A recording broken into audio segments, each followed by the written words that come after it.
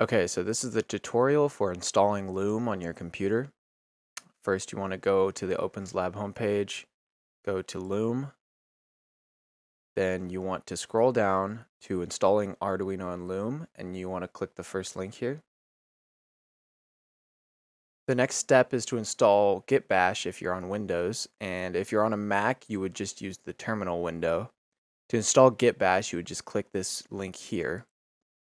Click the download button and then install, and you should be good to go for that. The next step is to open Git Bash in Windows or your terminal window on Mac.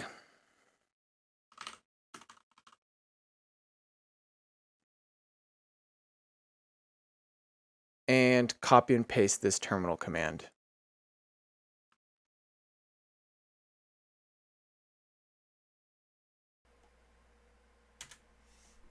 And press enter. When that's done, you can close the Git Bash window because you're done with that.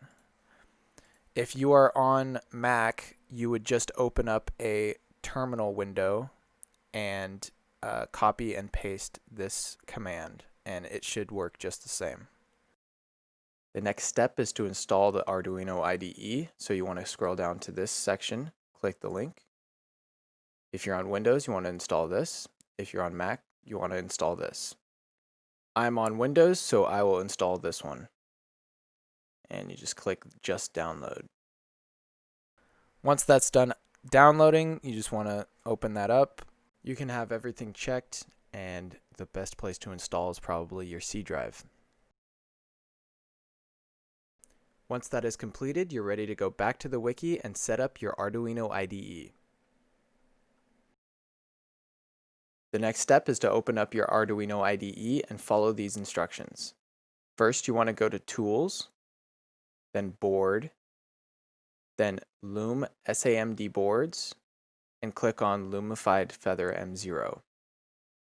Then you want to go to File, Preferences, and make sure this Upload box is checked, and make sure the compilation box is not checked.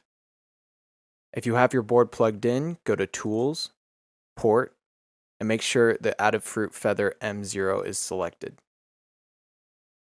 If you would like to make sure everything is installed correctly, go to File, Examples, scroll down to Loom, click Basic, and click the check mark. This can take up to 3 minutes, so be patient.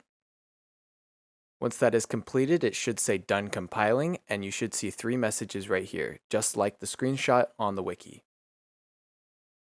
After that, you should be ready to use the Loom library.